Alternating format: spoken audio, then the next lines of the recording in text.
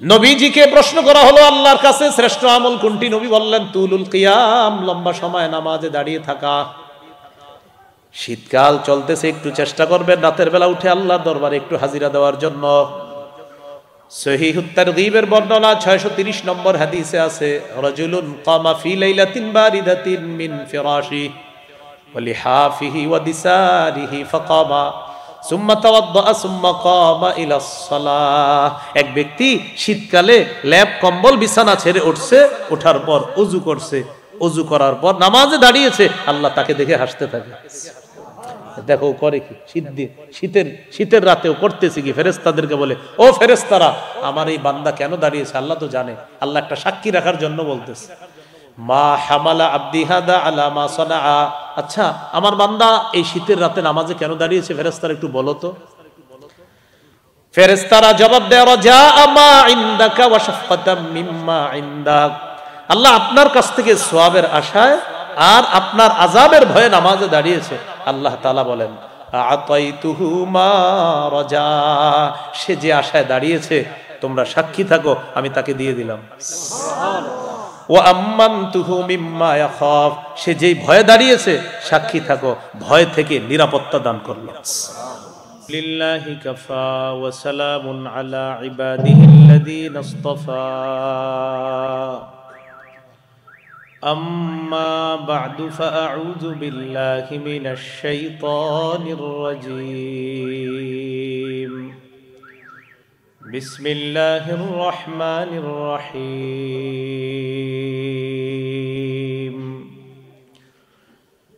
إن الله اشترى من المؤمنين أنفسهم وأموالهم بأن لهم الجنة يقاتلون في سبيل الله فيقتلون ويقتلون.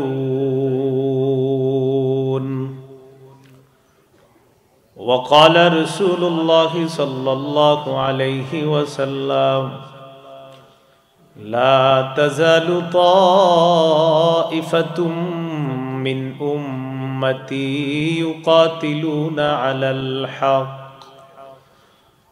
ظاهرين على من ناوأهم حتى يقاتل آخر أمتي المسيح الدجال أو كما قال عليه الصلاة والسلام. اللهم صل على محمد وعلى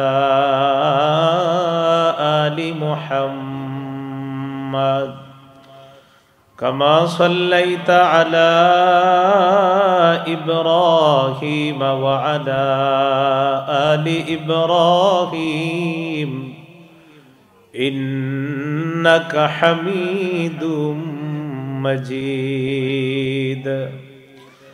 اللهم بارك على محمد وعلى آل محمد كما باركت على إبراهيم وعلى آل إبراهيم إنك حميد مجيد. اللهم إني أعوذ بك من شر لساني ومن شر سمعي ومن شر بصري ومن شر مني. খেদমতে কোরআন পরিষদ ও এলাকাবাসীর উদ্যোগে জামিয়া কোরবানিয়া তালিমিয়া মাদ্রাসা মসজিদ কমপ্লেক্সের উপলক্ষে 17তম বার্ষিক ওয়াজ দোয়ার মাহফিলের সভাপতি আলহাজ হযরত হাফেজ মাওলানা আব্দুল হামিদ, মহাপরিচালক জামিয়া কোরবানিয়া তালিমিয়া মাদ্রাসা সমূহ বাংলাদেশ, সহ সভাপতি মাওলানা আব্দুল হাই, সাবেক খতিব সোহাগপুর বাজার কেন্দ্রীয় জামে মসজিদ, প্রধান অতিথি জনাব মোহাম্মদ সাখাওয়াত হোসেন বুইয়া মনসুর, সভাপতি সিংহশ্রী ইউনিয়ন বিএনপি, সাবেক স্বর্ণপদক প্রাপ্ত চেয়ারম্যান ১ নং সিংহশ্রী ইউনিয়ন পরিষদ। গুরুত্বপূর্ণ আলোচনা করেছেন মাওলানা মোহাম্মদ ইসমাইল বুখারী কাশিয়ানী, হাফেজ কারি মাওলানা মুজাহিদুল ইসলাম দামাত বরকাতুহুমুল আলিয়া। বিশেষ মেহমান বৃন্দ, আমন্ত্রিত হযরত উলামায়ে কেরাম, উপস্থিত হযরত উলামায়ে কেরাম, মুসলমান ভাইরা, আল্লাহ তাআলা দরবারে শুকরিয়া আদায় করছি। আল্লাহ আমাদেরকে এই মাহফিলে উপস্থিত হওয়ার তৌফিক দান করেছেন বলি আলহামদুলিল্লাহ। সূরাতুত তাওবাহ ১১১ নম্বর আয়াতে কারিমা আপনাদের সামনে তেলাওয়াত করলাম। এই আয়াতে আল্লাহ তাআলা ৫টি বিষয় আলোচনা করেছেন। প্রথমে আমরা এই ৫টি বিষয় আপোষের মধ্যে বলা বলি করলে সহজ হবে। বলি, ক্রেতা, বিক্রেতা, দ্রব্য, মূল্য, বাজার। ক্রেতা আল্লাহ, বিক্রেতা মুমিনগণ, দ্রব্য জানমাল, মূল্য জান্নাত, বাজার জিহাদের ময়দান। এই ৫টি বিষয় আল্লাহ বলেছেন। আল্লাহ তাআলা বলেন, ইন্নাল্লাহা আশতারা, নিশ্চয়ই আল্লাহ ক্রয় করে নিয়েছেন, আল্লাহ হলেন ক্রেতা, মিনাল মুমিনিনা, মুমিনদের থেকে, মুমিনরা হলো বিক্রেতা, আনফুসাহুম ওয়া আমওয়ালাহুম, তাদের জান মাল, জান মাল হলো দ্রব্য, বিআন্না লাহুমুল জান্নাহ, এই জানমালের মূল্য আল্লাহ পরিশোধ করবে আল্লাহর দেওয়া জান্নাত দিয়ে। সুবহানাল্লাহ। ইউকাতিলুনা ফি সাবিলিল্লাহ ফায়াকতুলুনা ওয়া ইউকতালুন, তারা আল্লাহর রাস্তায় লড়াই করবে, কাফেরদেরকে হত্যা করবে, তাদেরকে শহীদ করা হবে। জিহাদের ময়দান এটা হলো সেই বাজার। তাহলে ক্রেতা আল্লাহ, বিক্রেতা মুমিনগণ, দ্রব্য জানমাল, মূল্য জান্নাত, বাজার হলো জিহাদের ময়দান। জিহাদের নিয়ত আছে সবার? ইনশাআল্লাহ। আল্লাহ তৌফিক দান করেন। আমিন। সূরাতুল হুজুরাতের 15 নম্বর আয়াত, 26 পারা 16 নম্বর পৃষ্ঠা। আল্লাহ তাআলা বলেন, ইন্নামাল মুমিনুনাল্লাযীনা আমানু বিল্লাহি ওয়া রাসূলিহি সুম্মা লাম ইয়ারতাবু ওয়া জাহাদু বিআমওয়ালিহিম ওয়া আনফুসিহিম ফি সাবিলিল্লাহ। আল্লাহ তাআলা বলেন, খাঁটি মুমিন তারা যারা আল্লাহকে বিশ্বাস করে, রসুলকে বিশ্বাস করে, নিজেদের জানমাল নিয়ে আল্লাহর রাস্তায় লড়াই করে। যারা আল্লাহ বিশ্বাস করে, রসুল বিশ্বাস করে, একটুও সন্দেহ করে না, নিজেদের জানমাল নিয়ে আল্লাহর রাস্তায় জিহাদ করে, আল্লাহ বলেন তারাই খাঁটি মুমিন। উলাইকা হুমুস সাদিকুন, আল্লাহ তাআলা বলেন তারাই খাঁটি সত্যবাদী, তারাই প্রকৃত সত্যবাদী মুমিন। এখানে 3টা কথা বলা হয়েছে। আল্লাহকে বিশ্বাস করা, রাসূলুল্লাহ সাল্লাল্লাহু আলাইহি সাল্লামকে বিশ্বাস করা, জানমাল নিয়ে আল্লাহর রাস্তায় লড়াই করা। আমাদের জীবনে 8টা জিনিস আছে খুব পছন্দের।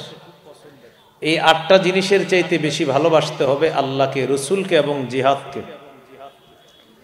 সূরাতুত তাওবার 24 নম্বর আয়াতে আল্লাহ তাআলা বলেন, কুল ইন কানা আবাউকুম ওয়া আবনাউকুম ওয়া ইখওয়ানুকুম ওয়া আজওয়াজুকুম ওয়া আশীরাতুকুম ওয়া আমওয়ালুন ইকতারাফতুমুহা ওয়া তিজারাতুন তাখশাউনা কাসাদাহা ومساكن ترضونها أحب إليكم من الله ورسوله وجهاد في سبيله فتربصوا حتى يأتي الله بأمره আল্লাহ তাআলা বলেন, ইন কানা আবাউকুম, যদি তোমাদের মা বাবা, ওয়া আবনাউকুম, যদি তোমাদের সন্তান, ওয়া ইখওয়ানুকুম, যদি তোমাদের ভাই বোন, ওয়া আজওয়াজুকুম, যদি তোমাদের স্ত্রীগণ, ওয়া আশীরাতুকুম, যদি তোমাদের পরিবার, ওয়া আমওয়ালুন ইখতারাফতুমুহা, যদি তোমাদের সম্পদ, ওয়া তিজারাতুন তাখশাউনা কাসাদাহা, যদি তোমাদের ব্যবসা, ওয়া মাসাকিনু তারদাউনাহা, যদি তোমাদের প্রিয় বাসস্থান, এই 8টা জিনিস যদি আহাব্বা ইলাইকুম মিনাল্লাহ, আল্লাহর চেয়ে অধিক পছন্দের হয়, ওয়া রাসূলি, রসুলের চেয়ে বেশি পছন্দের হয়, ওয়া জিহাদিন ফি সাবিলি, এবং আল্লাহর রাস্তায় জিহাদের চেয়ে যদি বেশি পছন্দ হয় এই 8টা জিনিস, ফাতারাব্বাসু হাত্তা ইয়াতিয়াল্লাহু বিআমরি, তাহলে অপেক্ষা করো, আল্লাহ তোমাদের উপর গজব নিয়ে আসবে, এই গজব আনা পর্যন্ত অপেক্ষা করো। বলি নাউজুবিল্লাহ। আয়াত থেকে কি শিখলাম? বাবা মার চেয়ে, সন্তানের চেয়ে, ভাই বোনের চেয়ে, স্ত্রীর চেয়ে, পরিবারের চেয়ে, সম্পদের চেয়ে, ব্যবসার চেয়ে, প্রিয় বাসস্থানের চেয়ে আল্লাহকে, রসুলকে আর জিহাদকে বেশি ভালোবাসতে হবে। সূরাতুস সফফি 11 নম্বর আয়াত, 28 পারা, 11 নম্বর পৃষ্ঠা, 10 থেকে 13 নম্বর আয়াত, 28 পারা, 11 নম্বর পৃষ্ঠা, 10 থেকে 13 নম্বর আয়াত, সূরাতুস সফফি। আল্লাহ তাআলা বলেন, ইয়া আইয়ুহাল্লাযীনা আমানু হাল আদুল্লুকুম আলা তিজারাতিন তুনজিকুম মিন আযাবিন আলীম তুমিনুনা বিল্লাহি ওয়া রাসূলিহি ওয়া তুজাহিদুনা ফি সাবিলিল্লাহি বিআমওয়ালিকুম ওয়া আনফুসিকুম। আল্লাহ বলেন, হে ঈমানদারগণ, আমি কি তোমাদেরকে এমন একটা ব্যবসার কথা বলবো যে ব্যবসা তোমাদেরকে যন্ত্রণাদায়ক আযাব থেকে রক্ষা করবে। সেই ব্যবসা কি? তুমিনুনা বিল্লাহ, আল্লাহকে বিশ্বাস করবা, ওয়া রাসূলিহি, রাসূলকে বিশ্বাস করবা, ওয়া তুজাহিদুনা ফি সাবিলিল্লাহি বিআমওয়ালিকুম ওয়া আনফুসিকুম, জান মাল নিয়ে আল্লাহর রাস্তায় লড়াই করবা, জিহাদ করবা। এটা হলো সেই ব্যবসা। এই ব্যবসা তোমাদেরকে যন্ত্রণাদায়ক আযাব থেকে রক্ষা করবে। এটা 1 নাম্বার উপকার। 2 নাম্বার, যালিকুম খায়রুল লাকুম ইন কুনতুম তা'লামুন, এটাই তোমাদের জন্য কল্যাণ যদি তোমরা জানতে, যদি তোমরা বুঝতে, এটাই তোমাদের জন্য কল্যাণ। 3 নাম্বার উপকার, ইয়াগফির লাকুম যুনুবাকুম, আল্লাহ বলেন তোমাদের আগের সবগুলা গুনাহ আল্লাহ মাফ করে দিবেন। 4 নাম্বার, ওয়া ইউদখিলকুম জান্নাতিন তাজরি মিন তাহতিহাল আনহার, আল্লাহ তোমাদেরকে এমন বাগানে প্রবেশ করাবেন যার তলদেশ দিয়ে নহর সমূহ প্রবাহিত হবে। 5 নাম্বার, ওয়া মাসাকিনা তাইয়িবাতান ফি জান্নাতি আদ, চিরস্থায়ী বসবাসের জান্নাতে তোমাদেরকে মনোভূত বাসস্থান আল্লাহ দান করবেন। যালিকাল ফাউজুল আযীম, আল্লাহ বলেন এটা মহান সফলতা। 6 নাম্বার, ওয়া উখরা তুহিব্বুনাহা নাসরুম মিনাল্লাহি ওয়া ফাতহুন করিব, তোমাদের মনোভূত আরো নিয়ামত আল্লাহ দান করবেন, যেমন দুনিয়াতেই আল্লাহর পক্ষ থেকে সাহায্য আসবে এবং আসন্ন নিকটতম বিজয় আল্লাহ তোমাদেরকে দান করবেন। শেষে আল্লাহ বলেন, ওয়াবাশশিরিল মুমিনিন, নবী আপনি মুমিনদেরকে সুসংবাদ জানায়া দেন। তাহলে গুরুত্বপূর্ণ 3টি বিষয় বারবার ফুটে আসতেছে: আল্লাহকে বিশ্বাস করা, রসুলকে বিশ্বাস করা, আল্লাহর রাস্তায় লড়াই করা, জিহাদ করা। আল্লাহ আমাদেরকে এই 3টা অত্যন্ত সুন্দর এবং শ্রেষ্ঠ 3টা গুণ, এই গুণগুলো যেন আমরা অর্জন করতে পারি, আল্লাহ তৌফিক দান করেন। আবু দাউদের হাদিস 2504 নম্বর হাদিস, قال رسول الله صلى الله عليه وسلم জাহিদুল মুশরিকিনা বিআমওয়ালিকুম ওয়া আনফুসিকুম ওয়া আলসিনাতিকুম, নবীজি বলেন তোমরা মুশরিকদের বিরুদ্ধে লড়াই করো তোমাদের সম্পদ দিয়ে, তোমাদের জান দিয়ে এবং তোমাদের জবান দিয়ে। মুশরিকদের বিরুদ্ধে লড়াই করো সম্পদ দিয়ে, জান দিয়ে, জবান দিয়ে।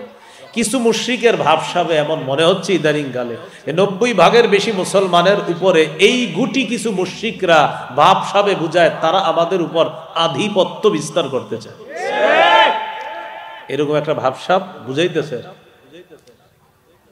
রাসূলুল্লাহ সাল্লাল্লাহু আলাইহি সাল্লাম বলেন, এদের বিরুদ্ধে লড়াই করবা, সম্পদ দিয়ে লড়াই করবা, জান দিয়ে লড়াই করবা, আর তোমাদের জবান দিয়ে তোমরা লড়াই করবা। মুশরিক যারা যারা শিরকে লিপ্ত থাকে আর আমাদের দেশ নিয়ে ষড়যন্ত্র করে, ওলামায়ে কেরাম, খতিব, ইমাম, তাদের প্রত্যেকের দায়িত্ব কর্তব্য এখন তাদের ব্যাপারে ছোট থেকে বড়, গ্রাম থেকে শহর, উপশহর, প্রতিটা মুসলমানকে সচেতন করে তোলা। এটা দায়িত্ব কর্তব্য। তাহলে জিহাদের নিয়ত আছে তো ইনশাআল্লাহ। বাকি আমরা জিহাদ কখন করব? আমাদের দেশের বিজ্ঞ মুফতি সাহেব যারা, তারা ফতোয়া দিবে, তারপর ইনশাল্লাহ আমরা এই মানসিকতা এখন থেকে রাখতে হবে যে কখনো যদি আল্লাহ সুযোগ আসে আমি সবার আগে জিহাদে যাব ইনশাআল্লাহ। যদি নিয়ত না থাকে জিহাদের তাহলে কিন্তু সমস্যা আছে। সহিহ মুসলিমের বর্ণনা 1910 নম্বর হাদিস, قال رسول الله صلى الله عليه وسلم من مات ولم يغزو ولم يحدث به نفسه مات على شعبة من النفاق। কোন মুসলমান মারা গেল আর জিহাদ করলো না, অথবা জিহাদের সংকল্প করলো না, সে মুনাফিকি মৃত্যুবরণ করলো। বলি নাউজুবিল্লাহ। কি মৃত্যুবরণ করলো? মুনাফিকি মৃত্যুবরণ করলো। এই জন্য জিহাদের নিয়ত সকলের রাখতে হবে। আবু দাউদের হাদিস 2484 নম্বর হাদিস, 2484। قال رسول الله صلى الله عليه وسلم لا تزال طائفة من أمتي يقاتلون على الحق ظاهرين على من ناوأهم। রাসূলুল্লাহ সাল্লাল্লাহু আলাইহি সাল্লাম বলেন, আমার উম্মতের একটা দল সদা সর্বদা হকের পক্ষে লড়াই করবে, বাতিল তাদের বিরুদ্ধে যারা থাকবে ওই বাতিলদের মোকাবেলায় আমার উম্মতের হক দলটাকে আল্লাহ চূড়ান্ত বিজয় দান করবে। হাত্তা ইউকাতিলা আখিরু উম্মতি আল মাসিহ আদ-দাজ্জাল। লড়াই চলতে চলতে আমার উম্মতের সর্বশেষ দলটা দাজ্জালের বিরুদ্ধে লড়াই করবে, আর তাদেরকেও আল্লাহ তাআলা দাজ্জালের বিরুদ্ধে বিজয় দান করবেন। আবু দাউদের হাদিস 2532 নম্বর হাদিস, 2532। قال رسول الله صلى الله عليه وسلم সালাসাতুম মিন আসলিল ঈমান। নবীজি বলেন ঈমানের মূল বিষয় হলো তিনটি। সবাই শিখি, কয়টি? বলেন, ঈমানের মূল বিষয় কয়টি? এক নম্বর, আল কাফু আম্মান ক্বালা লা ইলাহা ইল্লাল্লাহ। যে ব্যক্তি বলে লা ইলাহা ইল্লাল্লাহ, তাকে কথার কষ্ট দেওয়া যাবে না, কর্মের কষ্ট দেওয়া যাবে না। এক নম্বর ঈমানের মূল বিষয়, যে বলে লা ইলাহা ইল্লাল্লাহ তাকে কথার কষ্ট দেওয়া যাবে না, কর্মের কষ্ট দেওয়া যাবে না। দুই নম্বর, ওয়ালা নুকাফিরুহু বিযামবিন। যে ব্যক্তি বলে লা ইলাহা ইল্লাল্লাহ তাকে সামান্য কোনো গুনাহের কারণে আমরা কাফের বলবো না। লা ইলাহা ইল্লাল্লাহ বলে তো এই ব্যক্তির একটা গুনাহ হয়ে গেছে, আপনি মুখের উপরে বলে দিলেন তুই কাফের, এরকম আমরা বলবো না। এটা বলবে কারা? উলামায়ে কেরাম, ফতোয়া বিভাগে গবেষণা করে তারা বলবে এই গুনাহে মানুষ কাফের হয় কিনা। আপনি মুখের উপরে কথায় কথায় কাফের মাইরা দিয়েন না। এটা দুই নাম্বার। তিন নাম্বার, ওয়ালা নুখরিজুহু মিনাল ইসলামি বিআমাল। কোন মুসলমানের একটা আমল দেখলাম আর তাকে আমরা ইসলাম থেকে বের করে দিলাম, এমনটা করব না। একটা আমল দেখে বলে দিলাম আপনি ইসলাম থেকে বের হয়ে গেছেন, এমনটা আমরা বলবো না। তাহলে ঈমানের মূল বিষয় কয়টা প্রিয় ভাইয়ারা? তিনটা। এক নাম্বার, যে বলে লা ইলাহা ইল্লাল্লাহ তাকে কথা দিয়ে কষ্ট দেওয়া যাবে না, কর্ম দিয়েও কষ্ট দেওয়া যাবে না। কথার কষ্টটা এটা ভুলেও দিয়েন না। যেমন আমি এখানে আসার পর মাদ্রাসার মুতামিম সাহেব বসতে বলছিল, উনি হয়তো রাগ করছে, আমি বসি নাই ভিতরে, আমি পাশে বসেছিলাম। আমি বসি না আসলে নিজের সেলফ ডিফেন্স বলতে পারেন। আমি কোথাও বসলে আমার দ্বারা গীবত হতে পারে, এই জন্য আমি মজলিস এড়ায় চলি খুব। হয়তো মাহফিলে, না হয় বাসায়, না হয় সন্তান নিয়ে মাদ্রাসা, এই তিন জায়গা ছাড়া কোথাও পাবেন না, মানে কোনো মজলিসে পাবেন না। তো এই যে হয়তো ক্লাসে পাবেন, না হয় মাহফিলে, না হয় আমি পরিবার নিয়ে আসি। অন্য কোথাও আমি বসি না, আমার আমার নিজের জন্য, আমি আমার দ্বারা গীবত হয়ে যেতে পারে, কারণ জবান এটা নিয়ন্ত্রণ নাও থাকতে পারে। আলোচক মানুষ, জবান তো প্রচুর চলে, কখন কারে কি বলে ফেলি। তো এই জন্য আমি নিজেই বসি না, এটা আমার মনে করতে পারেন কমতি আছে। কেন বসি না আমি? রাসূলুল্লাহ সাল্লাল্লাহু আলাইহি সাল্লামকে এক সাহাবী প্রশ্ন করলেন, উকবা ইবনে আমের, কি নাম? উকবা ইবনে আমের রাদিয়াল্লাহু তাআলা। তিরমিজি 2404 নম্বর হাদিস এবং 2405, 2406 নম্বর হাদিসও আছে। عن عقبة بن عامر رضي الله تعالى عنه قال قلت يا رسول الله ما النجاة। উকবা ইবনে আমের রাদিয়াল্লাহু তাআলা আনহু বলেন, আমি বললাম ইয়া রাসূলুল্লাহ মান নাজাত, মুক্তির উপায় কি আপনার কাছে জানতে চাই। হুজুর মুক্তির উপায় কয়টা? নবীজি বললেন মুক্তির উপায় মৌলিকভাবে তিনটা। বলেন মুক্তির উপায় কয়টা? এক নাম্বার, নবীজি বললেন এক নাম্বার মুক্তির উপায় হলো আমসিক আলাইকা লিসানাক, তোমার জবানটা তুমি নিয়ন্ত্রণ করবা, এটা তোমার মুক্তির এক নাম্বার উপায়। দুই নাম্বার ওয়ালিয়াসাকা বাইতুকা, তোমার ঘর যেন তোমার জন্য প্রশস্ত হয়। এর মানে কাজ শেষ ঘরে ফিরে আসো, কোথাও আড্ডা বাসিতে বসবা না, তোমার ঘর যেন তোমার জন্য সংকুলান হয়, ঘর যেন তোমার জন্য প্রশস্ত হয়ে যায়, ঘরে যেন তোমার সময়গুলা দেখতে পারো, দিতে পারো। ধর্মীয় কাজে আছেন বাহিরে থাকেন, ব্যবসায় আছেন থাকেন, কর্মস্থলে আছেন থাকেন, কাজ শেষ বাসায় চলে আসেন। ওয়ালিয়াসাকা বাইতুকা, আপনার ঘর যেন আপনার জন্য প্রশস্ত হয়, তাল গাছের নিচে গিয়ে যেন অন্য কারোর সাথে মোবাইলে কথা না বলেন, ঘরের ভিতরে সময়টা কাটাবেন। এটা দুই নাম্বার। তিন নাম্বার রবকি আলা খাতিআতিক, তোমার গুনাহের জন্য তুমি প্রচুর কান্নাকাটি করবা। এই তিনটা মুক্তির উপায় বললেন। এক নাম্বার জবান নিয়ন্ত্রণ করবা, দুই নাম্বার তোমার ঘর জন্য তোমার জন্য প্রশস্ত হয়, তিন নাম্বার গুনাহের উপর তুমি কান্নাকাটি করবা। তাহলে মনে আসেনি ইমানের মূল বিষয় কয়টা? তিনটা। এক নাম্বার, যে বলে লা ইলাহা ইল্লাল্লাহ তাকে কথার কষ্ট দেওয়া যাবে না, কর্মের কষ্ট দেওয়া যাবে না। দুই নাম্বার লা নুকাফিরুহু বিযামবিন, যে ব্যক্তি বলে লা ইলাহা ইল্লাল্লাহ তাকে কোনো গুনাহের কারণে কাফের বলবো না। তিন নাম্বার ওয়ালা নুখরিজুহু মিনাল ইসলামি বিআমাল, কোন কর্মের কারণে কোন মুসলমানকে ইসলাম থেকে আমরা বের করে দিব না। এই তিনটা হলো ঈমানের মূল বিষয়। এরপর নবী বলেন ওয়াল জিহাদু মাযিন মুনযু বা'সানি আল্লাহ ইলা আইয়ুকাতিলা আখিরু উম্মতি আল মাসিহাদ দাজ্জাল, আমাকে আল্লাহ তাআলা যেদিন থেকে নবী বানিয়েছেন সেদিন থেকে জিহাদের বিধান বলবৎ আছে, এটা চলতে থাকবে। আমার উম্মতের শেষ দলটা দাজ্জালের বিরুদ্ধে লড়াই করা পর্যন্ত জিহাদ চলতে থাকবে।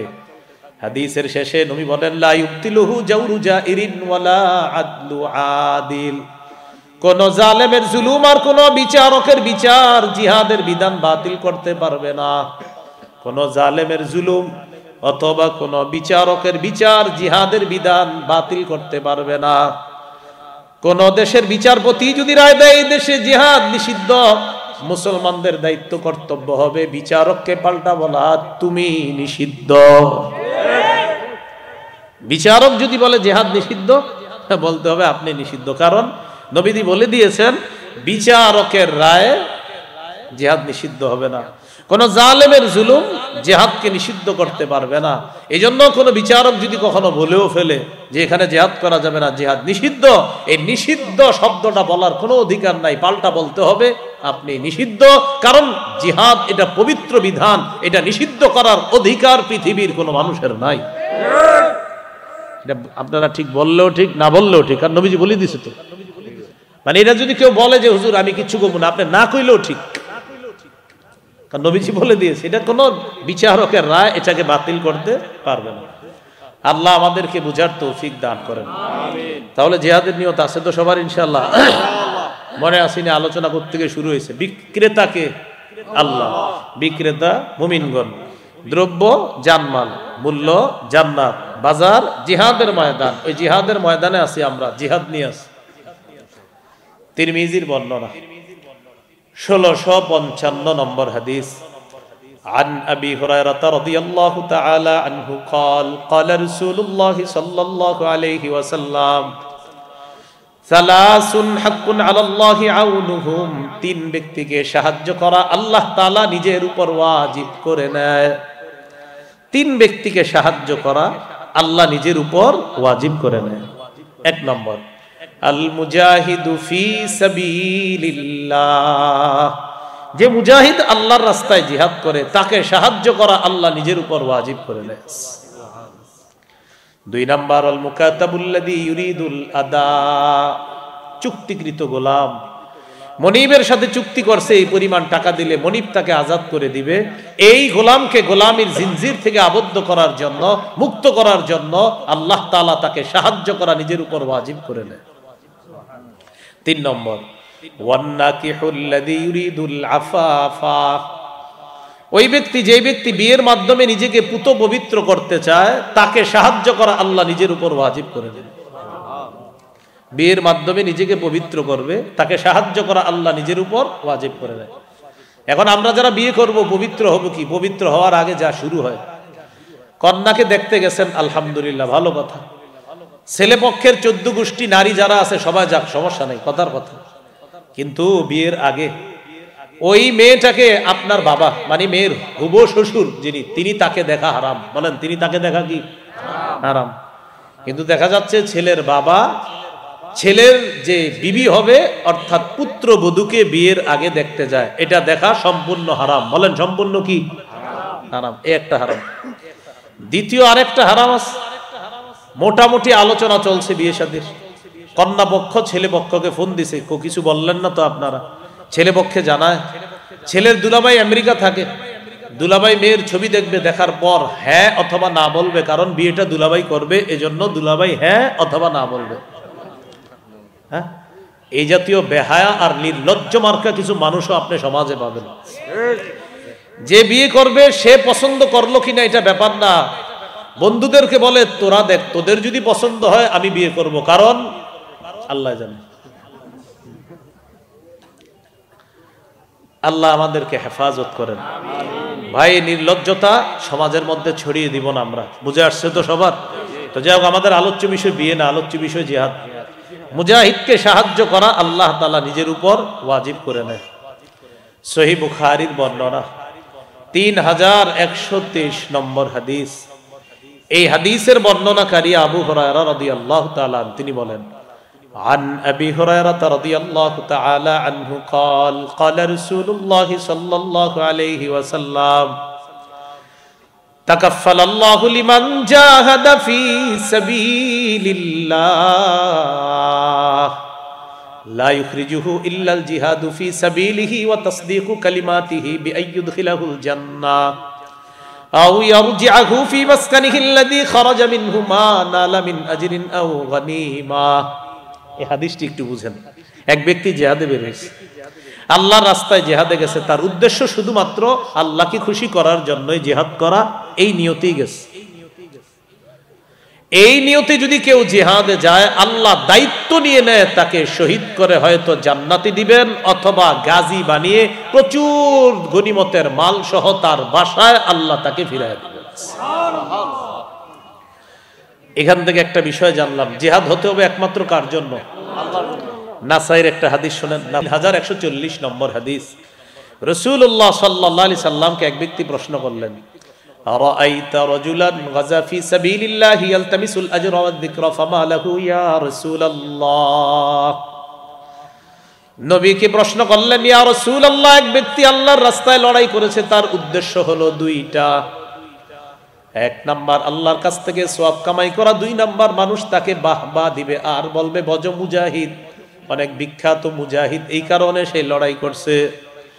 2 নিয়তে লড়াই করছে, আল্লাহ তাকে প্রতিদান দিবে আর মানুষ তাকে বড় মুজাহিদ বলবে, এই 2 নিয়তে সে লড়াই করছে। ফামা লাহু ইয়া রাসূলুল্লাহ, হুজুর সে কি সওয়াব পাবে, কি প্রতিদান পাবে? ফাকালা রাসূলুল্লাহ সাল্লাল্লাহু আলাইহি ওয়াসাল্লাম লা শাইআ লাহু, সে কিছুই পাবে না। আ'আদাহা সালাসা মাররাত, প্রশ্নটা নবীকে 3 বার করলেন, আল্লাহ নবী 3 বার জবাব দিলেন, লা শাইআ লাহু, লা শাইআ লাহু, লা শাইআ লা, সে কিছুই পাবে না, সে কিছুই পাবে না, সে কিছুই পাবে না। হাদিসের শেষে নবী বলেন, ইন্নাল্লাহা লা ইয়াকবালু মিনাল আমালি ইল্লা মা কানা লাহু খালিসা, আল্লাহ বান্দার কোন আমল ততক্ষণ কবুল করেন না যতক্ষণ আমলটা ইখলাসের সাথে না হবে। তাহলে প্রিয় ভাইরা, এখান থেকে একটা কথা আমরা সবাই বলি, আজকে থেকে যা করব ইখলাসের সাথে করব। বলেন ইনশাআল্লাহ। ইনশাআল্লাহ। তাহলে দুটি বাংলা ছোট্ট করে আমার সাথে একটু আপনারা বলেন, বলেন খাঁটি, বিশুদ্ধ। আল্লাহর জন্য আমল করলে সে আমলকে খাঁটি আমল বলে।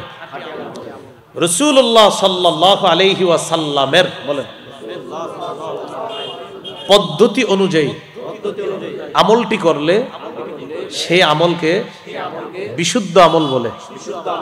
আল্লাহর জন্য হলে খাঁটি, নবীর তরিকা অনুযায়ী হলে বিশুদ্ধ। বলেন কোন আমল যদি খাঁটি এবং বিশুদ্ধ হয় সে আমল আল্লাহ কবুল করেন, সে আমল আল্লাহ তাআলা কবুল করেন। তাহলে আজকে থেকে যা করবো আমি দেখবো যে আমার আমলটা খাঁটি, খাঁটি হবে আল্লাহর জন্য হলে। এরপরে চিন্তা করবো আমি কি বিশুদ্ধ আমল করলাম, বিশুদ্ধ কিভাবে, নবীর তরিকা অনুযায়ী করলে। তাহলে আমি যা করব আল্লাহর জন্য করছি, আচ্ছা খাঁটি হলো। নবীর তরিকা অনুযায়ী করছি, আচ্ছা করলাম, তাহলে বিশুদ্ধ হলো। খাঁটি বিশুদ্ধ আল্লাহ কবুল করবে। আল্লাহ কথাগুলা বুঝার তৌফিক দান করে। আমিন। তো বলছিলাম জিহাদ করতে হবে একমাত্র কার জন্য? সহিহ মুসলিমের বর্ণনা 1878 নম্বর হাদিস, মাদ্রাসা পাঠ্যপুস্তক অনুসারে মোট হাদিস সংখ্যা হবে 3033টা। قال رسول الله صلى الله عليه وسلم مثل المجاهد في سبيل الله كمثل الصائم القائم القانت بآيات الله لا يفتر من صيام ولا صلاة حتى يرجع المجاهد في سبيل الله। খুব মন দিয়ে বুঝেন। এক ব্যক্তি রোজাদার, নামাজে দাঁড়াইছে, তেলাওয়াত করতেছে। দেখেন, রোজাদার নামাজে তেলাওয়াত, তাহলে আল্লাহু আকবার। উনি রোজাদার, আবার নামাজে আছে, আবার তেলাওয়াত করতেছে। লা ইয়াফতুরু মিন সিয়ামিন ওয়ালা সালাতিন। তিনি রোজা রাখার কারণে ক্লান্ত হয় না, তেলাওয়াত করার কারণে ক্লান্ত হয় না। তাহলে ক্লান্তিহীন রোজা, ক্লান্তিহীন নামাজ, ক্লান্তিহীন তেলাওয়াত তিনি করতেছে।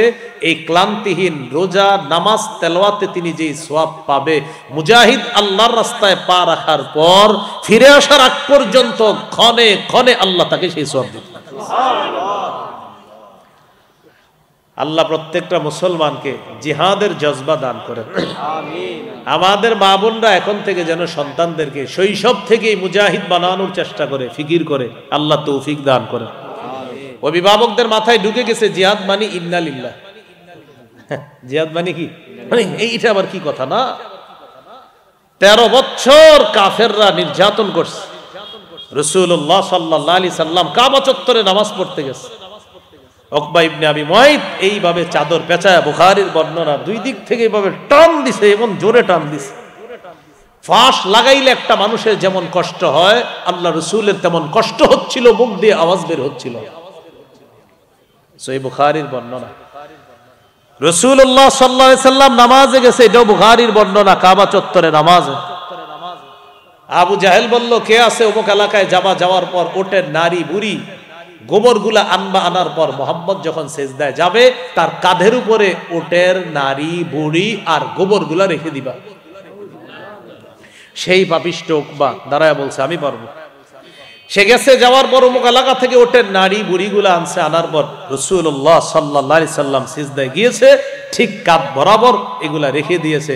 আব্দুল্লাহ ইবনে মাসউদ রাদিয়াল্লাহু তাআলা আনহু বলেন, আমার কিছু করার ছিল না, আমি শুধু তাকায় তাকায় দেখতেছিলাম আর বেঈমানদেরকে দেখতেছিলাম। নবীজির এই অবস্থা দেখা তারা হাসতেছে, আর একজন আরেকজনের উপর হাসতে হাসতে অট্ট হাসিতে ফেটে পড়তেছে, আর নবীজির নিয়ে হাসাহাসি করতেছে। বলেন এটার নাম কি? বলেন নির্যাতন। নাম কি? বলেন সন্ত্রাসী। বলেন এটার নাম কি? এরকম সন্ত্রাসী চলছে 13 বছর। কয় বছর? সুশীলরা কখনো দেখবেন আমার নবীর এই 13 বছরের ইতিহাসটা বলে না। সুশীলরা মানে যারা স্বঘোষিত সুশীল, এরাই 13 বছর না বইলে কি বলে, 10 বছরের জীবনীতে বলে, নবী যদি রহমতের নবী হয় তিনি অস্ত্র নিয়ে কিভাবে জিহাদে গেলেন। আপনি বলবেন, প্রিয় সুশীল ভাইয়া আগের 13 বছরটা একটু বলেন, বললে আপনার মাস্তুতো ভাইদের চেহারাটাও ফুটে উঠবে। এই জন্যই 13 বছর বলে না। ওলামা হযরত এখানে আছেন অনেকে, মিম্বর থেকে আপনারা 13 বছরটা এমন ভাবে আলোচনা করবেন মিম্বরে, পাবলিকের মাথায় আপনার ঢুকাতে হবে যে আমার নবীকে, নবীর সাহাবীদেরকে কি পরিমাণ নির্যাতন করেছে 13 বছর, এটা সবার মাথায় ঢুকিয়ে পরের 10 বছরের আলোচনা শুরু করবেন। তখন আল্লাহ তাআলা সূরা হজের আয়াত নাজিল করলেন, উযিনা লিল্লাযীনা ইউকাতালুনা বিআন্নাহুম যুলিমু ওয়া ইন্নাল্লাহা আলা নাসরিহিম লাকাদির। যাদেরকে নির্যাতন করা হয়েছে, সূরা হজের 39-40 নম্বর আয়াতে আছে আল্লাহ বলেন, যাদেরকে নির্যাতন করা হয়েছে আর না এবার অনুমতি দেওয়া হলো, পাল্টা আপনারা প্রতিহত করবেন, জিহাদের বিধান আপনাদেরকে দেওয়া হলো। তাহলে সন্ত্রাসগিরিকে মূলোৎপাটন করার জন্য পবিত্র বিধান জিহাদ আল্লাহ দিয়েছেন। জিহাদ আর সন্ত্রাস সম্পূর্ণ আলাদা। সন্ত্রাসী অপবিত্র, জিহাদ পবিত্র। সন্ত্রাস নির্মূল করার শ্রেষ্ঠ একটা পদ্ধতির নাম হলো পবিত্র জিহাদ। কথা কি বুঝে আসছে? এটা ঠিক বললে হবে না, এটা আরো 10 জনটা আপনি বুঝাইতে হবে। কালকে চা দোকানের সামনে গিয়ে কাকারে বলবেন, কাকা জিহাদ বুঝেন? কাকা বলবে, আরে কি কও এগুলো তোমরা? বলবেন জিহাদ আর সন্ত্রাস আলাদা। তখন বলবেন, কাকা আবু জাহেল 13 বছর, উতবা, সাইবা, ওলিদ, মুগিরা নবীরে 13 বছর যে নির্যাতন করছে এটা হলো সন্ত্রাসী। এরপরে আল্লাহ একটা বিধান দিছে, এটা হলো জিহাদ। কাকাই বলবে, ও তাহলে আগে নবীরে মারছে তারা? আপনি বললেন, হ্যাঁ আগে মারছে। আল্লাহ আমাদেরকে এই কথাগুলা সাবলীল ভাবে প্রত্যেকটা মানুষকে বুঝানোর তৌফিক দান করেন। তো রাসূলুল্লাহ সাল্লাল্লাহু আলাইহি সাল্লামকে জিজ্ঞাসা করা হলো, আবু দাউদের হাদিস 1449 নম্বর হাদিস। এই হাদিসের বর্ণনাকারী সাহাবীর নাম আব্দুল্লাহ ইবনে হুবশিগিল খাতআমি রাদিয়াল্লাহু তাআলা। তিনি বলেন, আন্না রাসূলুল্লাহ সাল্লাল্লাহু আলাইহি ওয়াসাল্লাম সুইলা আইয়ুল আমালি আফজালু ইয়া রাসূলুল্লাহ। নবীজিকে জিজ্ঞাসা করা হলো, আল্লাহর কাছে সবচেয়ে শ্রেষ্ঠ আমল কোনটি? ফাকালা রাসূলুল্লাহ সাল্লাল্লাহু আলাইহি ওয়াসাল্লাম তুলুল কিয়াম, লম্বা সময় নামাজে দাঁড়িয়ে থাকা আল্লাহর কাছে শ্রেষ্ঠ আমল। সুবহানাল্লাহ। এই জন্য যোহর নামাজের আগে 4 রাকাত সুন্নত 2 মিনিটে প্যাকেজ কমপ্লিট করে ফেলবেন। মসজিদে ঢুকার পর দেখে আর জামাতের আছে 2 মিনিট, সে আপনাদের দেখাই দিবে যে 2 মিনিটে 4 রাকাত কিভাবে পড়া যায়। তুমি দেখো, আমার নাম অমুক, পারলে তুমি দেখাও। এরকম করবো আমরা? এই জিনাটা শুধু বললেন না, দিল থেকে বলেন, আসলে করবেন? এ আমার আপনার পাশে লোকেরা এরকম করতেছে। আল্লাহু আকবার। কিভাবে 2 মিনিটে দেখবেন আপনি কমপ্লিট পুরো প্যাকেজ 4 রাকাত পড়া, এরপর আবার তাসবিহও পড়বে। সুবহানাল্লাহ। নবীজিকে প্রশ্ন করা হলো, আল্লাহর কাছে শ্রেষ্ঠ আমল কোনটি? নবী বললেন তুলুল কিয়াম, লম্বা সময় নামাজে দাঁড়িয়ে থাকা। শীতকাল চলতেছে, একটু চেষ্টা করবেন রাতের বেলা উঠে আল্লাহর দরবারে একটু হাজিরা দেওয়ার জন্য। সহিহুত তারগীবের বর্ণনা 630 নম্বর হাদিসে আছে, রাজুলুন কামা ফি লাইলাতিন বারিদাতিন মিন ফিরাশি ওয়া লিহাফিহি ওয়া দিসারিহি ফাকামা সুম্মা তাওয়াদ্দা সুম্মা কামা ইলাস সালাহ। এক ব্যক্তি শীতকালে ল্যাপ কম্বল বিছানা ছেড়ে উঠছে, ওঠার পর ওযু করছে, ওযু করার পর নামাজে দাঁড়িয়েছে, আল্লাহ তাকে দেখে হাসতে থাকে। দেখো করে কি, শীতের রাতেও করতেছে কি? ফেরেশতাদেরকে বলে, ও ফেরেশতারা, আমার এই বান্দা কেন দাঁড়িয়েছে আল্লাহ তো জানে। আল্লাহ একটা সাক্ষী রাখার জন্য বলতেছে, মা হামালা আবদি হাদা আলা মা সানাআ। আচ্ছা, আমার বান্দা এই শীতের রাতে নামাজে কেন দাঁড়িয়েছে? ফেরেশতারা একটু বলো তো। ফেরেশতারা জবাব দেয়, রাজা মা ইনদাকা ওয়া শাফকাতাম মিম্মা ইনদাক। আল্লাহ আপনার কাছ থেকে সওয়াবের আশায় আর আপনার আযাবের ভয়ে নামাজে দাঁড়িয়েছে। আল্লাহ তাআলা বলেন, আতাইতুহু মা রাজা।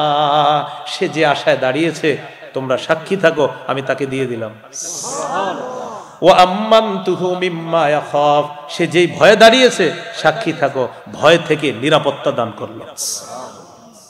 পড়বেন একটু নামাজ। কারো সুন্দরী বিবি আছে আর নরম বিছানা আছে। মাজমাউজ জাওয়ায়েদ 2 নম্বর খণ্ড 258 নম্বর পৃষ্ঠা, দেখেন কি আছে এখানে। ওয়াল্লাযী লাহু ইমরাআতুন হাসানাতুন ওয়া ফিরাশুন লাইয়িন। একজনের সুন্দরী বিবি আছে, নরম বিছানা আছে। রাত 3টা-4টায় ঘুম ভাঙার পর দেখি স্ত্রী ঘুমায়, আশেপাশের রুমগুলাতে বাচ্চারা ঘুমায়, পুরা কাপাসিয়াবাসী ঘুমায়, সিংহশ্রী এলাকার সব, সিংহশ্রী তো নাকি, এলাকার সবগুলা মানুষ ঘুমাইতেছে। তিনি চিন্তা করলেন, তখন সবাই ঘুমায়, স্ত্রী ঘুমায়, আমার আল্লাহ তো ঘুমান না। ঘুমানো আল্লাহর জন্য শোভা পায় না। লা তাখুযুহু সিনাতু ওয়ালা নাওম, তন্দ্রা নিদ্রা তাকে স্পর্শ করে না। ইবনে মাজার হাদিস, ইন্নাল্লাহা লা ইয়ানাম ওয়ালা ইয়ানবাগি লাহু আইয়ানামা, আল্লাহ ঘুমান না, ঘুমানো আল্লাহর জন্য শোভাও পায় না। বাস ওযু করে নামাজে দাঁড়িয়ে গেছে, পাশে স্ত্রী আছে, নরম বিছানা আছে, সবাই ঘুমাইতেছে। আল্লাহ তাআলা এই ব্যক্তিকে দেখে ইউহিব্বু ভালোবাসে, ওয়ায়াদহাকু হাসে, ওয়ায়াস্তাবশিরু খুশি হয়ে যায়, ভালোবাসে খুশি হয়, তাকে দেখে হাসতে থাকে। তো নামাজে কি একটু দাঁড়ানো যাবে ইনশাআল্লাহ? তো প্রশ্ন করলেন হুজুর কোন আমল শ্রেষ্ঠ? নবী বললেন তুলুল কিয়াম, লম্বা সময় নামাজে দাঁড়িয়ে থাকা। কিলা ফাইয়ুস সাদাকাতি আফজালু ইয়া রাসূলুল্লাহ, কোন সদকা আল্লাহর কাছে সবচেয়ে শ্রেষ্ঠ? নবীজি বললেন জাহদুল মুকিল্লি, যেই ব্যক্তি পরিশ্রম করে, করার পর কষ্টার্জিত উপার্জন থেকে সামান্য সদকা করে, দান করে, এই সদকা আল্লাহর কাছে শ্রেষ্ঠ সদকা বলে গণ্য হয়ে যায়। বেতন পাইছেন, পাওয়ার পর প্রকৃত হকদারদের কাউকে আপনি, মানে প্রকৃত যারা দান সৎকার হকদার তাদেরকে আপনি দান করলেন, এই যে আপনি দান করলেন এটা আল্লাহর কাছে শ্রেষ্ঠ দান বলে গণ্য হয়ে যায়। কিলা ফাইয়ুল হিজরাতি আফজালু ইয়া রাসূলুল্লাহ, হুজুর আল্লাহর কাছে সবচেয়ে শ্রেষ্ঠ হিজরত কোনটি? নবীজি বললেন আল্লাহর কাছে শ্রেষ্ঠ হিজরত হলো মান হাজারা মা হারামাল্লাহু আলাইহি, আল্লাহ যা হারাম করেছেন এই হারাম থেকে বেঁচে থাকা, এটা আল্লাহর কাছে সবচেয়ে শ্রেষ্ঠ হিজরত বলে গণ্য হয়। কিলা ফাইয়ুল জিহাদি আফজালু ইয়া রাসূলুল্লাহ, আল্লাহর কাছে সবচেয়ে শ্রেষ্ঠ জিহাদ কোনটি?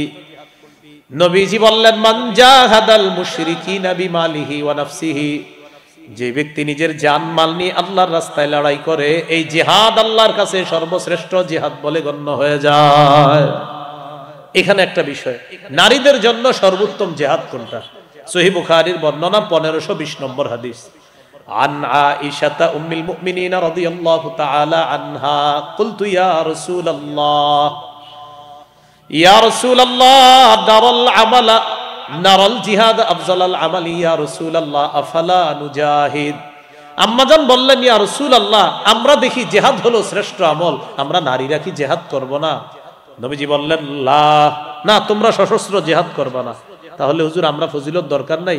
নবীজি বললেন তোমাদের জিহাদ হলো হজ্জুন মাবরুরুন, হজ করবা, এই হজ তোমাদের জন্য সর্বোত্তম জিহাদ হয়ে যায়।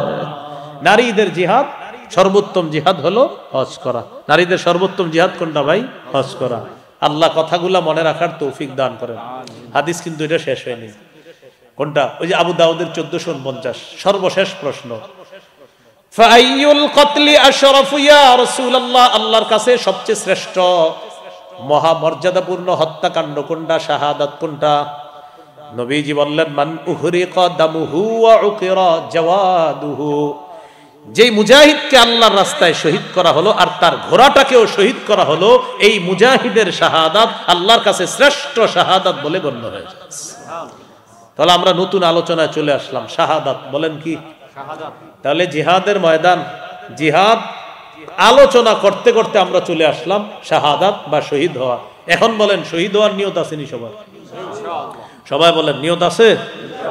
আচ্ছা, এই সিংহশ্রী এলাকার এক ব্যক্তি নিয়ত করছে সোহাগপুরের, আল্লাহ আমি তো সোহাগপুরের মানুষ, আপনি যদি কখনো সুযোগ করে দেন আমি শহীদ হব আল্লাহ, আমার পাক্কা নিয়ত, এরকম নিয়ত করছে। সহিহ মুসলিমের বর্ণনা 1909 নম্বর হাদিস, 1909 নম্বর হাদিস। قال رسول الله صلى الله عليه وسلم من سأل الله الشهادة بصدق بلغه الله منازل الشهداء وإن مات على فراشه। কোন ব্যক্তি দিল থেকে নিয়ত করেছে আল্লাহ আমি শহীদ হব, এই ব্যক্তি যদি সোহাগপুর থেকে নিয়ত করে আর সোহাগপুরের তার ঘরের বিছানায়ও মারা যায়, আল্লাহ তাআলা তাকে শহীদদের মর্যাদায় পৌঁছায় দিবেন। তাহলে শহীদ হওয়ার নিয়ত আছে ইনশাআল্লাহ। তিরমিজির হাদিস 1656 নম্বর হাদিস। عن أبي هريرة رضي الله تعالى عنه قال قال رسول الله صلى الله عليه وسلم لا يكلم أحد في سبيل الله والله أعلم بمن يكلم في سبيله إلا جاء يوم القيامة واللون لون الدم والريح ريح المسك। এক ব্যক্তি আল্লাহর রাস্তায় গেছে, যাওয়ার পর তার আঘাত লাগছে শরীরে, এই যে আঘাত লাগলো সে আঘাত প্রাপ্ত হলো, কিয়ামতের ময়দানে এমন অবস্থায় উঠবে তার রং হবে রক্তের রং, আর শরীর থেকে বেশক আম্বরের ঘ্রাণ বের হবে। তিরমিজির 1661 নম্বর হাদিস, قال رسول الله صلى الله عليه وسلم ما من احد من اهل الجنه يسره ان يرجع الى الدنيا غير الشهيد। আপনি একটু তাড়াতাড়ি যান ভাই, এই গাড়ির নাম কি নসিমন? আচ্ছা টমটম ভাই, একটু তাড়াতাড়ি যান। আচ্ছা, জান্নাতে যারা থাকবে তাদের কেউ দুনিয়াতে আসতে চাইবে না, কিন্তু শহীদ দুনিয়াতে বারবার আসতে চাইবে। সুবহানাল্লাহ। ভাই আবার বলছি, জান্নাতের কেউ দুনিয়াতে আসতে চাইবে না, শহীদ বারবার দুনিয়াতে আসতে চাইবে। কেন? নবীজি বলেন, فإنه يحب أن يرجع إلى الدنيا ويقول حتى أقتل 10 مرات। শহীদ দুনিয়াতে আসতে চাইবে, বলবে আমাকে আবার শহীদ করা হোক, আবার জিন্দা করা হোক, আবার শহীদ করা হোক, কমপক্ষে 10 বার যেন শহীদ করা হয়। মিম্মা ইয়ারা মিম্মা আতাহুল্লাহু মিনাল কারামা। শহীদের যে পুরস্কার তিনি পেয়েছেন, নবী বলেন এই পুরস্কার পাওয়ার কারণে তার মন চাইবে আমি আবার দুনিয়াতে যাব, আবার শহীদ হব, আবার যাব, আবার শহীদ হব, বারবার আমি শহীদের পুরস্কার আল্লাহর কাছ থেকে নিতে চাই। তাহলে শহীদের কিছু পুরস্কারের কথা শোনা দরকার আসেনি? আচ্ছা, তিরমিজির 1663 নম্বর হাদিস, মন দিয়ে শুনুন। قال رسول الله صلى الله عليه وسلم للشهيد عند الله 6 خصال। আল্লাহর কাছে শহীদের 6টা পুরস্কার আছে স্পেশাল। কয়টা? 1 নম্বর, ইউগফারু লাহু ফি আউয়ালি দাফআ ওয়া ইউরা মাকআদুহু মিনাল জান্নাহ। শহীদের শরীর থেকে রক্তের প্রথম ফোঁটাটা একদিক দিয়ে পড়তেছে, অন্যদিকে তার সব গুনাহ মাফ, আর সাথে সাথে জান্নাতে তার আসনটা তাকে দেখানো হয়। শহীদ তার শরীরে রক্তের ফোঁটা পড়তেছে, গুনাহ মাফ, আর তাকে জান্নাতের আসন দেখানো হয়। শহীদ এই যে তুমি একটু পরে শহীদ হবা, আর তোমাকে এখানে রাখা হবে, এখানে রাখা হবে। 1 নাম্বার। 2 নাম্বার, ওয়াইজারু মিন আযাবিল কবরি। কবরের আযাব থেকে শহীদকে নিরাপত্তা দেওয়া হবে। 3 নাম্বার, আমানু মিনাল ফাজাইল আকবার। কিয়ামতের ময়দানের বিভীষিকাময় মুহূর্ত আর জাহান্নামের আযাব থেকে শহীদ নিরাপত্তা লাভ করবে, এগুলা নিয়ে শহীদের কোনো টেনশন নাই। 4 নাম্বার, ওয়ায়ুদউ আলা রাসিহি তাজুর ওয়াকারিল ইয়াকুতাতু মিনহা খায়রুম মিনাদ দুনিয়া ওয়া মা ফিহা। জান্নাতের মরমর পাথর খচিত মুকুট শহীদের মাথায় পরিয়ে দেওয়া হবে, যেই পাথরের মূল্য দুনিয়া আর দুনিয়ার মধ্যে যা কিছু আছে আসমান জমিনের মাঝে এর চাইতে আরো বেশি দাম। 5 নাম্বারটা কি বলবো? সবাই বলেন, আরো সুন্দর করে বলেন। দেখেন 5 নাম্বারটা কি, ওয়ায়ুজাওয়াজু সিনতাইনি ওয়া সাবঈনা যাওজাতাম মিনাল হুরিল ঈন।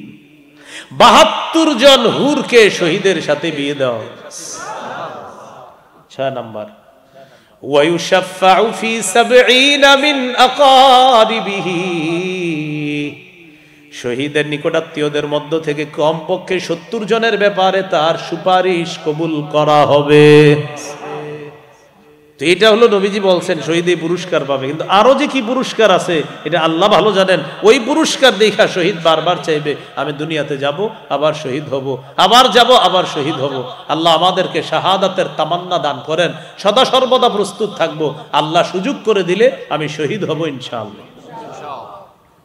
আবু দাউদের হাদিস 2520 নম্বর হাদিস, 2520। এই হাদিসের বর্ণনাকারী আব্দুল্লাহ ইবনে আব্বাস রাদিয়াল্লাহু তাআলা আনহুমা তিনি বলেন, قال رسول الله صلى الله عليه وسلم لما أصيب إخوانكم بأحد جعل الله أرواحهم في جوف طير خضر। উহুদের যুদ্ধে তোমাদের ভাইয়েরা শহীদ হওয়ার পর আল্লাহ তাআলা তাদের আত্মাগুলা সবুজ পাখির পেটের মধ্যে ঢুকিয়ে দিয়েছেন। উহুদের যুদ্ধে তোমাদের ভাইয়েরা শহীদ হয়েছে, তাদের আত্মাগুলা আল্লাহ সবুজ পাখির পেটের মধ্যে দিয়ে দিয়েছে। তো পাখিরা কি করে? উড়ে বেড়ায়। তারিদু আনহারুল জান্নাতি ওয়া তাকুলু মিন সিমারিহা। এই পাখিগুলা ঝর্ণা সমূহের উপরে উড়ে বেড়ায়, ওয়া তাকুলু মিন সিমারিহা, আর জান্নাতের ফলমূল খেয়ে বেড়ায়। জান্নাতে উড়ে বেড়ায় আর জান্নাতের ফলমূল খেয়ে বেড়ায়। এবার দেখেন, ওয়া তাবি ইলা কানাদিলা মিন যাহাবিন মুআল্লাকাতিন ফি জিল্লিল আরশ। আরশের ছায়া তলে স্বর্ণ দ্বারা তৈরি করা ফানুস আছে, এই ফানুসের উপর গিয়ে ওই পাখিরা বসবে, বসে আপোষের মধ্যে খুশ গল্প করবে শহীদরা। তো শহীদদের গল্পগুলো একটু শোনা দরকার আছে। তো দেখেন কি গল্প করে। ফালাম্মা ওয়াজাদু তিবা মাকালিহিম ওয়া মাশরাবিহিম ওয়া মাকিলিহিম, শহীদরা যখন তাদের মনোভূত খাবার পেল, পানীয় পেল, বাসস্থান পেল, তখন শহীদরা আপোষের মধ্যে বলা বলি করে, মাইয়ুবাল্লিগু আন্না ইখওয়ানানা, আচ্ছা আমাদেরকে যে আল্লাহর পক্ষ থেকে রিজিক দেওয়া হচ্ছে, আমাদের এই বিষয়টা, আমরা যে জীবিত আর আমাদেরকে রিজিক দেওয়া হয়, এটা দুনিয়ায় জীবিত ভাই যারা আছে তাদেরকে কে জানাবে? শহীদরা বসে বসে বলতেছে যে আমাদের দুনিয়ার ভাইদেরকে এই কথাগুলো কে পৌঁছায় দিবে? আল্লাহ তাআলা জবাব দেয়, উবাল্লিগুহুম আনকুম, আমি আল্লাহ তোমাদের বিষয়গুলা দুনিয়াতে জানায় দিচ্ছি। তখন আল্লাহ সূরা আলী ইমরানের 169 নম্বর আয়াত নাজিল করছে, 4 পারা 11 নম্বর পৃষ্ঠা, হাফিজি কুরআন মাজিদ অনুযায়ী সূরা আলী ইমরান 169 নম্বর আয়াত। আল্লাহ বলেন, ওয়ালা তাহসাবান্নাল্লাযীনা কুতিলু ফি সাবিলিল্লাহি আমওয়াতা, যারা আল্লাহর রাস্তায় শহীদ হয় তাদেরকে মৃত মনে করো না, বাল আহইয়াউন, বরং তারা জীবিত, ইনদা রাব্বিহিম ইউরযাকুন, তাদেরকে তাদের রবের কাছে রিজিকের ব্যবস্থা করা হয়, রিজিক দেওয়া হয়। ফারিহিনা বিমা আতাহুমুল্লাহু মিন ফাদলি, আল্লাহ তাদেরকে যে অনুগ্রহ দান করেছেন এটা নিয়ে শহীদরা উল্লাসিত, শহীদরা আনন্দিত। ওয়াস্তাবশিরুনা বিল্লাযীনা লাম ইয়ালহাকু বিহিম মিন খালফিহিম আল্লা খাউফুন আলাইহিম ওয়ালা হুম ইয়াহজানুন, শহীদরা আনন্দ উল্লাস করে এই ভেবে এখনো তাদের সাথে দুনিয়ার যারা মিলিত হয় নাই তাদেরকে নিয়ে তারা গর্ববোধ করে যে দুনিয়ায় আমাদের জীবিত ভাই যারা আছে তারা শহীদ হবে আর আমাদের মতো এরকম নিয়ামত পাবে, তাদের কোনো ভয় নাই, তাদের কোনো চিন্তা নাই। আমাদেরকে নিয়ে শহীদরা গর্ববোধ করে যে আমাদের মতো যারা শহীদ হবে আমাদের ভাইয়েরা, তাদের কোনো ভয় নাই, তাদের কোনো চিন্তা নাই।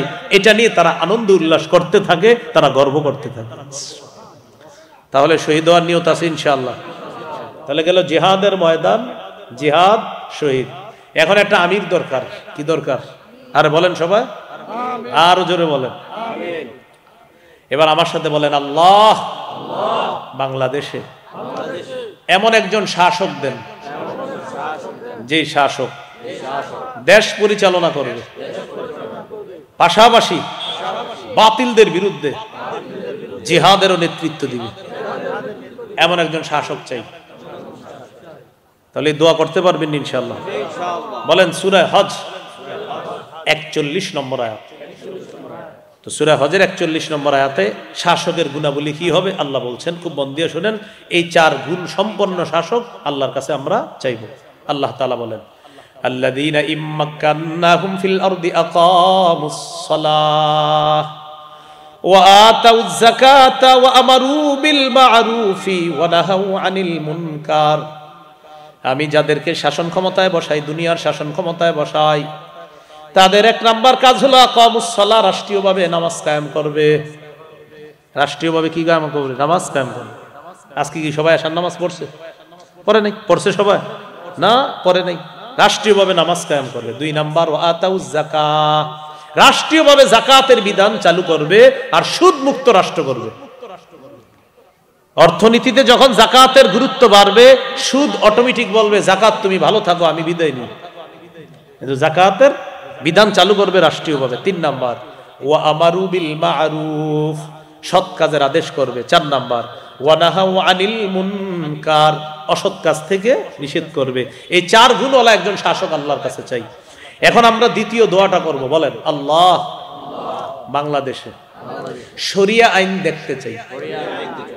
শরিয়া আইন চায় না তারা, বলেন সবাই, সবাই বলেন, শরিয়া আইন চায় না তারা কোন না কোন অপরাধে, অপরাধী যারা। আবার বলেন, শরিয়া আইন চায় না তারা কোন না কোন অপরাধে, অপরাধী যারা। চোর শরিয়া আইন চাইবে না। কেন চাইবে না? কারণ হাত কাটা যাবে। ধর্ষক শরিয়া আইন চাইবে না, তাকে পাথর মেরে হত্যা করা হবে অথবা তাকে দৌড়া মারা হবে। নাটক সিনেমা যারা করে তারা শরিয়া আইন চাইবে না। যদি শরিয়া আইন তৈরি হয়, কায়েম হয়, তখন তারা কোনো নারীর শরীরে অবৈধভাবে স্পর্শ করতে পারবে না। যত অপরাধী আছে সমস্ত অপরাধীদের পথে বাধা হলো শরিয়া আইন। যারা মাদকদ্রব্য চোরাচালান করে, যারা মাদকদ্রব্যের সাথে জড়িত আছে, তারা মাদকদ্রব্য আর এটা আমদানি রপ্তানি করতে পারবে না। ইয়াবা, বাবা, গাজা, হিরোইন, ফেন্সিডিল, আফিম, কানাডা ড্রাই, মাস্তুদ, শেম্পেন, ডাইল ইত্যাদি যা আছে আপনার ভ্যান গাড়ির চিপা চুপায় চা দোকানের পিছনে দাঁড়ায় দাঁড়ায় টানা, এগুলা চলবে না। এরা শরিয়া আইন চাইবে না, কারণ শরিয়া আইন চায় না তারা কোনো না কোনো অপরাধে অপরাধী যারা, এরা শরিয়া আইন চায় না। যেজন্য শরিয়া আইন চাইতে হবে আর বলতে হবে আল্লাহ একজন শাসক চাই, যে শাসকে 4 গুণ করবে, এই 4 গুণওয়ালা কাজ করবে, যে শাসক এরকম চাই। এখন হলো শাসকের আনুগত্য বা আমিরের আনুগত্য। সূরা নিসার 59 নম্বর আয়াতে আল্লাহ বলেন, ইয়া আইয়ুহাল্লাযীনা আমানু আতিউল্লাহ ওয়া আতিউর রাসূলা ওয়া উলিল আমরি মিনকুম। মন দিয়ে শুনেন, এই জায়গাটা গুরুত্বপূর্ণ একটা কথা। হে ঈমানদারগণ, তোমরা আল্লাহর আনুগত্য করো, রাসূলের আনুগত্য করো, তোমাদের মধ্যে যারা দায়িত্বশীল, যারা শাসক, যারা আমির হবে তাদের আনুগত্য করো। কয় আনুগত্য? বলেন কয় আনুগত্য? এবার বলেন আল্লাহর আনুগত্য। বলেন নিঃশর্ত ভাবে করতে হবে। রাসূলের আনুগত্য আল্লাহর হুকুমে নিঃশর্ত ভাবে করতে হবে। আমিরের আনুগত্য, শাসকের আনুগত্য নিঃশর্ত ভাবে করা যাবে না। শাসক যদি গুনাহের কথা বলে, বলেন নাফরমানির কথা বলে, কোরআনের অপব্যাখ্যা করে, হাদিসের অপব্যাখ্যা করে, সেই আমিরের, সেই শাসকের কথা শোনাও যাবে না, মানাও যাবে না। বুঝে আসছেন সবার? আপনারা চুপ হয়ে গেলেন কি? বুঝে আসছে? আমি তো দলিল দিব। চুপ থাকার পরে আপনারা অনেকে মনে মনে করেন এটা কি কথা বললো, তো আমি যে হাদিসটা বলবো হাদিসের গিয়ে জিজ্ঞাসা করেন, হুজুর আপনি হাদিসটা। বুখারী 7144 নম্বর হাদিস, রাসূলুল্লাহ সাল্লাল্লাহু আলাইহি সাল্লাম বলেন, আস-সামউ ওয়াত তাআতু আলাল মারইল মুসলিমি ফীমা আহাব্বা ওয়া কারিহা মা লাম ইউমার বিমাসিয়া ফাইযা উমিরা বিমাসিয়াতিন ফালা সামআ ওয়ালা তাআতা। রাসূলুল্লাহ সাল্লাল্লাহু আলাইহি সাল্লাম বলেন, মুসলমানদের উপর দায়িত্ব কর্তব্য হলো শাসকের কথা মানা, আমিরের কথা মানা, ততক্ষণ যতক্ষণ নাফরমানিমূলক কথার হুকুম না হবে, কর্মের হুকুম না হবে। ফাইদা উমিরা বিমাসিয়া, যদি নাফরমানির হুকুম করা হয়, আদেশ করা হয়, ফালা সামআ, সেই আমির সেই শাসকের কথা শোনা যাবে না, ওয়ালা তাআতা, তার ইতাআত করা যাবে না, তাকে মানা যাবে না। সহিহ বুখারীর বর্ণনা 4340 নম্বর হাদিস। এই হাদিসটি আমি আপনাদেরকে আবদার করব, রিকোয়েস্ট করব, সবাই মুখস্থ রাখবেন গল্পের মতো। আলী রাদিয়াল্লাহু তাআলা আনহুর বর্ণনা, বাআসান নবিয়্যু সাল্লাল্লাহু আলাইহি সাল্লাম সারিয়াতান ওয়াস্তা'মালা আলাইহিম রাজুলাম মিনাল আনসার ওয়া আমারাহুম আইয়ুতিউহু। নবীজি একটা বাহিনী জিহাদে প্রেরণ করলেন, একজন আনসারীকে আমির বানায়া দিলেন, সাহাবীদেরকে বললেন আমির সাহেব যা বলবে সব শুনবা। আমি আবার বলছি, নবীজি একটা বাহিনীকে জিহাদে পাঠালেন, একজন আমির বানায়া দিলেন, আর বললেন আমির সাহেব যা বলবে সব শুনবা। আমির সাহেব সেনাবাহিনী নিয়ে রওনা করছে, ফাগাদিবা, রাগ করছে আমির সাহেবের, হঠাৎ রাগ উঠছে। রাগ ওঠার পর আমির সাহেব সেনাবাহিনীর সবাই বললেন, আলাইসা কদ আমারাকুম রাসূলুল্লাহ সাল্লাল্লাহু আলাইহি সাল্লাম আন তুতিউনি, আচ্ছা নবী কি তোমাদেরকে বলে নাই আমার আনুগত্য করতে? সবাই বললেন বালা, জি নবী বলেছেন আপনি আমাদেরকে যা বলবেন আমরা সব শুনবো, মানবো। আমির সাহেব বললেন ইজমাউলি হাতবা, লাকড়ি সংগ্রহ করে নিয়ে আস। ফাজামাউ লাহু, সবাই লাকড়ি সংগ্রহ করে আনছে। এবার আমির সাহেব বললেন লাকড়িগুলা স্তূপ করো, করছে, করার পর বললেন আউকিদুহা নার, লাকড়ির স্তূপে আগুন লাগাও। এটা কোনো কল্প কাহিনী নয়, সহিহ বুখারী 4340 নম্বর হাদিস। মোট হাদিস সংখ্যা হবে 7563টা। কারো পকেটে যদি উস্তাদ থাকে এখনই খুইলা মিলাম। রাসূলুল্লাহ সাল্লাল্লাহু আলাইহি সাল্লামের সাহাবী আমির সাহেব সেনাবাহিনীর সাহাবীদেরকে বললেন, নবী কি তোমাদেরকে বলে নাই আমি যা বলবো তা শুনবা? জি বলছে। তো আমার জন্য লাকড়ি সংগ্রহ করে নিয়ে আসো, আমার সামনে নিয়ে আসছে। স্তূপ করার পর নবীজি বললেন আগুন লাগাও। ফাউকাদুহা নার, লাকড়ির স্তূপে আগুন লাগায় দিচ্ছে। আগুন লাগানোর পর নবীজি বললেন উদখুলুহা, তোমরা সবাই আগুনে ঝাঁপ দাও। কি করো তোমরা সবাই? কোথায় ঝাঁপ দাও? ফাহাম্মু, সব সাহাবীরা রেডি হয়ে গেছে আমির সাহেবের কথা মানার জন্য, তারা মানসিকভাবে প্রস্তুত, আগুনে ঝাঁপ দিবে, রেডি। ঝাঁপ দেওয়ার আগে একজন আরেকজন এভাবে খোঁচায়, এভাবে খোঁচায়। ফাজা আলা ইউমসিকু বাদুম বাদ, এই আসলে ঝাঁপ দিব, এরকম খোঁচায়, আসলে ঝাঁপ দিব। ইউমসিকু বাদুহুম বাদা ইয়াকুলুনা, একজন আরেকজন এমন করে, আসলে কি ঝাঁপ দিমু?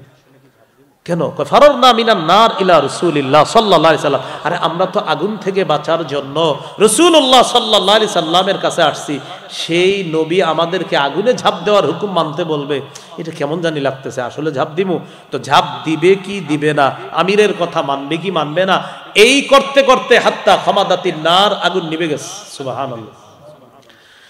সাকানা গদবুহু, আমির সাহেবের রাগও ঠান্ডা হয়ে গেছে। আলহামদুলিল্লাহ পড়েন। এরকম যদি একটা রাগ ঠান্ডার কথা শুনতাম, আমরা বলতাম আলহামদুলিল্লাহ। 10 বছর ধরে রাগটা ঠান্ডা হইল না। তো যাই হোক, আমির সাহেবের রাগ ঠান্ডা হয়ে গেছে। ঘটনাটা রাসূল সাল্লাল্লাহু আলাইহি সাল্লামের কাছে গেছে, হুজুর এরকম আমির সাহেব হুকুম করছিলেন তাদেরকে আগুনে ঝাঁপ দেওয়ার জন্য।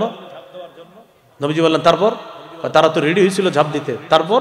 ঝাঁপ দেয় নাই, দিবে কি দিবে না এই টেনশন করতে করতে আর দেয় না। নবীজি বললেন লাউ দাখালুহা মা খারাজু মিনহা ইলা ইয়াউমিল কিয়ামা, আমিরের কথা শুই না তারা যদি সত্যি আগুনে ঝাঁপ দিত, কিয়ামত পর্যন্ত আগুন থেকে বের হতে পারতো না। হাদিসের শেষে নবী বললেন ইন্নামাত তাআতু ফিল মারুফ, আমিরের কথা মানতে বলেছি ঠিক, আমিরের শুধু ন্যায়সঙ্গত কথাগুলা মানবা, আমির নাফরমানিমূলক কথা বললে তার কথা শোনা যাবে না, তার কথা মানা যাবে না। আমির যদি কোরআন সুন্নাহের অপব্যাখ্যা করে, আলেমরা যদি সেই অপব্যাখ্যা ধরিয়ে দেয়, ভাই 2-4 জন আলেম ভুল করতে পারে, লাখ লাখ আলেম ভুল করতে পারে না। লাখ লাখ আলেম যদি আমিরের ভুল ধরিয়ে দেয়, সেক্ষেত্রে আমিরের এই ভুলকে ভুল মেনে নেওয়াটা বুদ্ধিমানের কাজ হবে, এবং তার সঙ্গ ত্যাগ করে ওলামায়ে হযরতদের তত্ত্বাবধানে চলতে পারাটা, এটা হবে বুদ্ধিমানের কাজ। আলেমদের কথাকে উপেক্ষা করা হবে হতভাগা হওয়ার লক্ষণ। এই জন্য সবাইকে বলবো, আল্লাহর হস্তে মেহেরবানি করে ওলামায়ে কেরামের কথা মানার চেষ্টা করবেন। ওলামায়ে কেরাম নবীর ওয়ারিস হিসাবে আপনাদের কাছে কোনটা পথভ্রষ্টতার রাস্তা আর কোনটা হেদায়েতের রাস্তা, কোনটা গুমরাহির রাস্তা, এটা স্পষ্ট করে দেয় আলেমরা। এই জন্য আপনারা তাদের কথাগুলা গ্রহণ করবেন। এই জন্য আমরা আলেমদের কথায় সাড়া দিয়ে আগামী, বলেন সবাই, আগামী 31 জানুয়ারি, 1-2 ফেব্রুয়ারি টঙ্গীর মাঠে উপস্থিত হব ইনশাআল্লাহ। কে মনে থাকবে ইনশাআল্লাহ? আল্লাহ তাআলা তৌফিক দান করেন। 4টি আলোচনা হলো, দেখি আপনারা মন দিয়ে বলবেন। ক্রেতা কে? আল্লাহ। বিক্রেতা মুমিনগণ। দ্রব্য, জানমাল, মূল্য, জান্নাত, বাজার, জিহাদের ময়দান, এইগুলো 1 নম্বর আলোচনা। 2 জিহাদ, জিহাদের নিয়ত আসেনি সবার? 3 শহীদ হওয়ার নিয়ত আছে তো সবার ইনশাআল্লাহ? 4 নাম্বার, জিহাদের ময়দানে একজন নেতার দরকার, এই নেতৃত্বের যে 4 গুণাবলী হবে, এমন একজন শাসক আল্লাহর কাছে চাইবো, যে শাসক 4টা কাজ করবে, এমন একজন শাসক আল্লাহর কাছ থেকে আমরা চেয়ে নিব। আল্লাহ তৌফিক দান করেন।